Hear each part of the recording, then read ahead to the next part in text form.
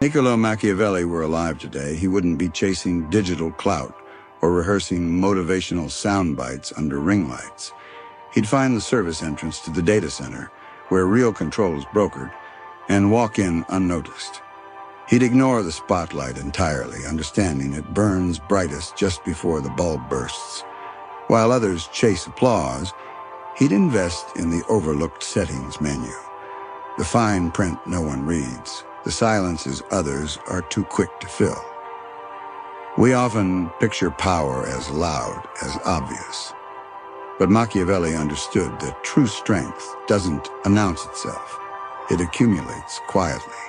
He'd make himself invisible, forgettable even, and use that misjudgment to his advantage. Because when people assume you're ordinary, you gain the most dangerous kind of power: surprise. These next 21 strategies distill centuries-old insights into tactics anyone can use, whether in a meeting room, a classroom, a family gathering, or a group chat. But use them with care. They're not hammers, they're scalpels. The damage they inflict is clean, surgical, and most of all, deniable. Start by dulling your shine. Hide in plain sight until others can look straight through you without a blink. Let your credentials sleep beneath the surface. Be late, be quiet. Ask one naive-sounding question that forces the loudest voice in the room to expose a blind spot. While the performers and gossipers compete for attention, you map the terrain. Who's loyal? Who cracks late at night? Who leaks under pressure? And when the moment is right, speak once, clearly, surgically, and let silence wrap around what you've said. That one comment will echo louder than weeks of debate. Next, stop trying to prove your point. Let charm do the heavy lifting. In a world addicted to perception, truth moves slower than first impressions. Instead of over-explaining, let others fill in the blanks in your favor. Leave a story unfinished and watch them invent a flattering ending. Compliment a rival's ambitious plan, not to admire it, but to watch them overextend. When the timeline collapses, you remain untouchable, remembered as gracious, not guilty. Then lean into unpredictability. Predictable people are easy to manage and easier to manipulate, so confuse them. One day be sociable, the next day distant. Volunteer ruthlessly when it counts. Keep them guessing. Confusion forces attention, and attention is power disguised as curiosity. Whatever you do, hide your process. Let people see only the finished product. If you lost 10 pounds, say you just cut soda. If you've been training at midnight, keep it offline. The fewer steps they can trace, the less they can copy. And when they finally think they're caught up, you're already 2 moves ahead.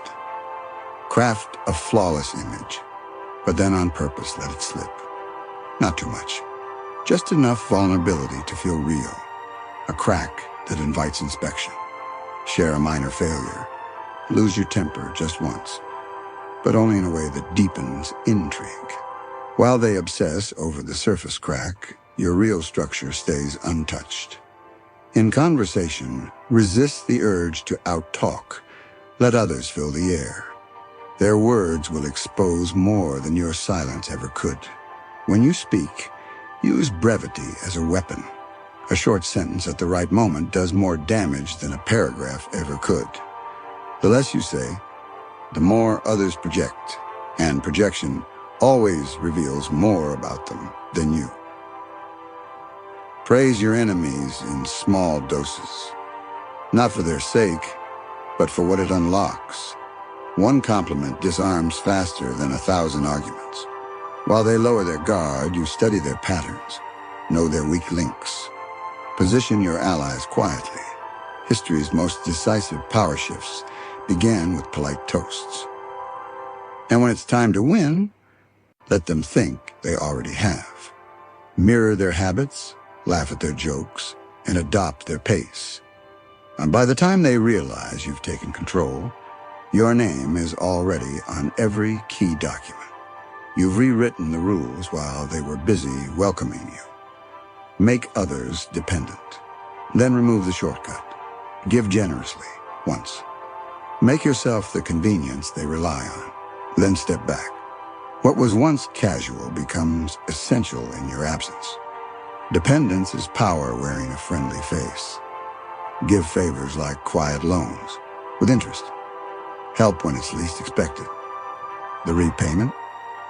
A gnawing sense of obligation they can't quite explain. They'll act in your favor without realizing why, because the ledger in their mind demands it. Then let them cross a line. For you. Don't push, just leave the door open. When they break a rule on your behalf, their loyalty becomes self-preservation. Guilt binds tighter than gratitude. The moment they whisper a secret, they become invested in your silence. Destabilize clicks with subtlety. A single compliment or a raised eyebrow is enough. You don't need explosions to create division, just seeds of doubt. Watch alliances fray while you stay above the fray. Offer compliments that sting. Say someone is brave for someone so soft-spoken.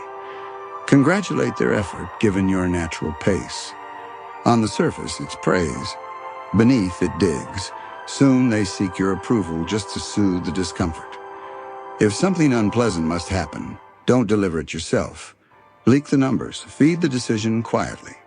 Take a vacation. When the fallout lands, you return as the sympathetic bystander, untouched yet somehow perfectly positioned to benefit. Use silence like a scalpel. A long pause invites confession, or panic, or both. People fear the absence of feedback more than direct criticism. Let them audition their fears. Their words will tell you everything. Surprise them by being unpredictable. Forgive what they assumed you'd punish. Walk away from a deal you chased. Just once is enough to reset the narrative. Predictability is where enemies build their plans. Change the forecast, and watch them waste energy preparing for storms that never arrive. Focus on how people feel around you. That's your true legacy. Long after your name fades from email chains or door plates, they'll compare the next person to your shadow. Influence isn't just what you do, it's what you leave behind. Sometimes the scariest thing is silence. A calm smile, a vague message, one unexplained action. Let their own imaginations do the work. Fear of the unknown writes a scarier story than anything you could orchestrate directly. Delay revenge. Let it mature. Don't strike when angry. Strike when it matters. When they need your approval, then and only then do you veto. The sting is deeper when they have convinced themselves they're safe. Embed yourself into the system. Create the structure. Be the one who knows how the pieces fit. When people realize they can't move forward without you, that's not job security, it's gravitational control. Finally, become a whisper, not a warning. A story no one tells by name, only through euphemism. Don't pull a phoenix, they'll say. Your legend spreads not by volume, but by necessity. People adjust to you without realizing it. That's real power. If this all sounds cold on paper, it's because these strategies don't require force. They rely on something far older, human nature. People seek clarity, approval, resolution. You simply control when and how those needs are met. And if that responsibility feels weighty, it should. Power should feel heavy. Its weight protects it from the careless. Influence isn't earned through noise. It's sculpted quietly, over time, with precision. You don't need the room to know your name. Just the right one person at the right moment to look your way and realize you've been guiding the tempo all along. So before you close this page, ask yourself, if social media vanished tomorrow, who would still remember to call you? Who would default to your name in crisis? That's your real network. That's your real influence. Power is built from the tiny permissions people give when they aren't watching. Collect them, respect them, and when the time is right, use them. Those quiet gestures accrue compound interest, not because they were calculated, but because you made yourself a steady variable in chaotic equations. The person others count on when their confidence wavers or when the stakes feel too high to trust the loudest voice in the room. Your value is not found in how loudly you speak, but in how many decisions bend toward your preferences before you're even consulted. That is influence refined to invisibility. The highest form of control is the kind that feels like coincidence to those under its spell. Eventually, people stop asking why you always seem ahead. They just begin to expect it. And that expectation becomes a kind of deference, not born from fear, but from the unsettling comfort that maybe, just maybe, you're seeing a version of the board game they missed. You'll notice something else, too. As your presence sharpens without excess motion, others begin to imitate your restraint without fully understanding it. They mimic your phrasing, copy your posture, adopt your silences, yet their mimicry is empty, because what they can't copy is the calculus running behind your eyes, the algorithms you've tested in silence, the variables you measure when others are distracted by applause. Soon you're no longer reacting to your environment. You're composing it. Conversations take on your rhythm. Meetings pause when you raise an eyebrow. The organization subtly reorganizes around your stillness. This isn't magic. It's the physics of subtlety. Influence that draws power from gravity, not combustion. But remember, gravity has a cost. It pulls on everything, including the parts of yourself you'd rather protect. You become the node everyone roots through, and if you're not careful, their burdens quietly weld themselves to your spine. So you must build a sanctuary, mental, emotional, strategic. A place beyond reach, not out of arrogance, but necessity. A vault of clarity where you remember why you're playing this game and what version of yourself you refuse to mortgage for applause or proximity to power. Let them think you're distant. Let them gossip about your motives. Let them wonder if you're calculating or just lucky. Their speculation keeps them distracted. Meanwhile, you're too focused on the next 10 moves to waste time defending your mystique. When the tides shift, and they always do, people won't remember the dozen performers who jostled for airtime. They'll remember the one figure who never raised their voice, yet whose presence bent conversations, redirected alliances, and steadied the atmosphere without demanding credit. That's your role, not the crowned king, but the architect of the throne room. Not the general issuing commands, but the strategist mapping terrain weeks before the battle was announced. The less they understand your mechanics, the more they respect your results. And when they finally grasp how deep your scaffolding runs, how many outcomes were subtly guided by your unseen hand, it won't breed resentment. It'll evoke something far more useful, reverence. This is not manipulation, it's discipline. It's the decision to let others talk themselves into corners while you redraw the blueprint. To plant your flag, not in victories, but in the trust others don't even realize they've surrendered to you. That trust, earned quietly, protected fiercely, is what makes your influence permanent. It's why, long after you leave the company, the systems you designed still carry your fingerprints. Why the person promoted in your absence still echoes your cadence. Why your name, even unspoken, remains the standard. Because power that announces itself must constantly defend its crown. But power that whispers, it lives forever in the architecture. So keep your voice low, your ears sharper, and your calendar full of moments that look ordinary to outsiders, but rearrange entire hierarchies beneath the surface.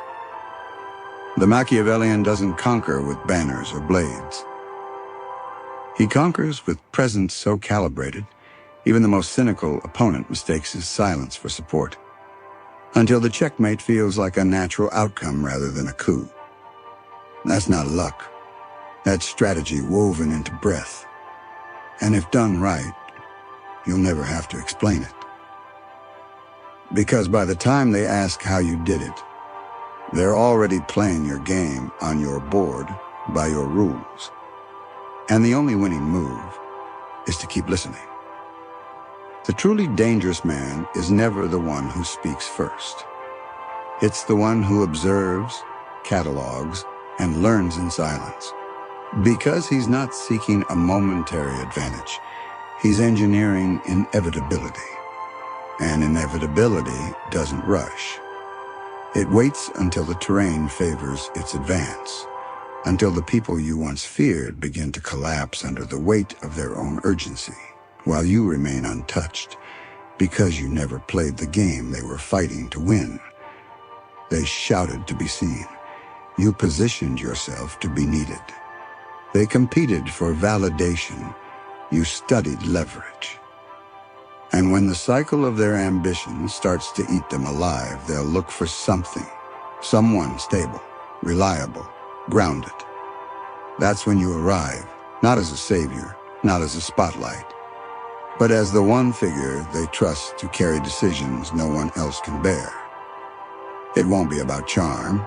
It won't be about charisma. It will be about gravity, earned, not gifted. Because real influence is quiet until it's not. Like a shadow that follows the light, unnoticed until it starts shaping the form of everything around it. But be warned, the higher your influence, the fewer people will be able to relate to you. The more they'll romanticize your detachment or demonize your self-control. It won't matter, because you're not building a circle, you're building a structure. And in structures, not everyone gets a throne. You'll need to learn to be alone without being lonely, to walk among people without absorbing their noise, to love without needing permission, and to withdraw without guilt.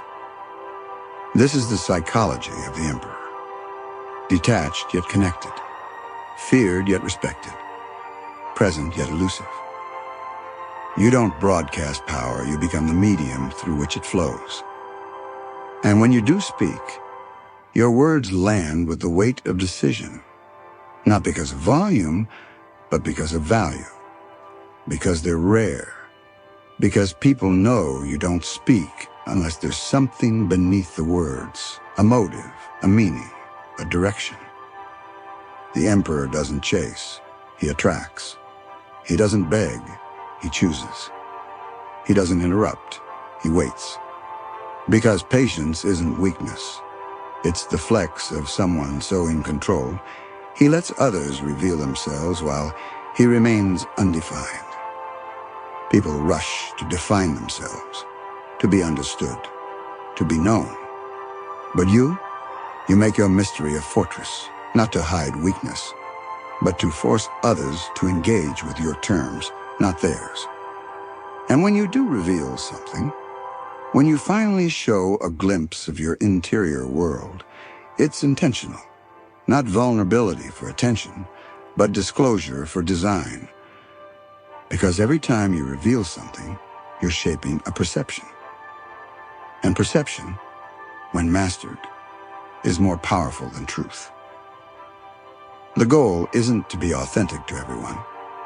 It's to be strategic to the right few.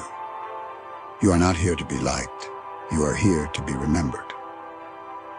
And the ones who are remembered are never the loudest or the most agreeable. They're the ones whose decisions change trajectories, whose absence echoed louder than others' presence. So be absent when it's noisy. Be present when it matters. And above all, never let the world rush you into movements that don't serve your final design.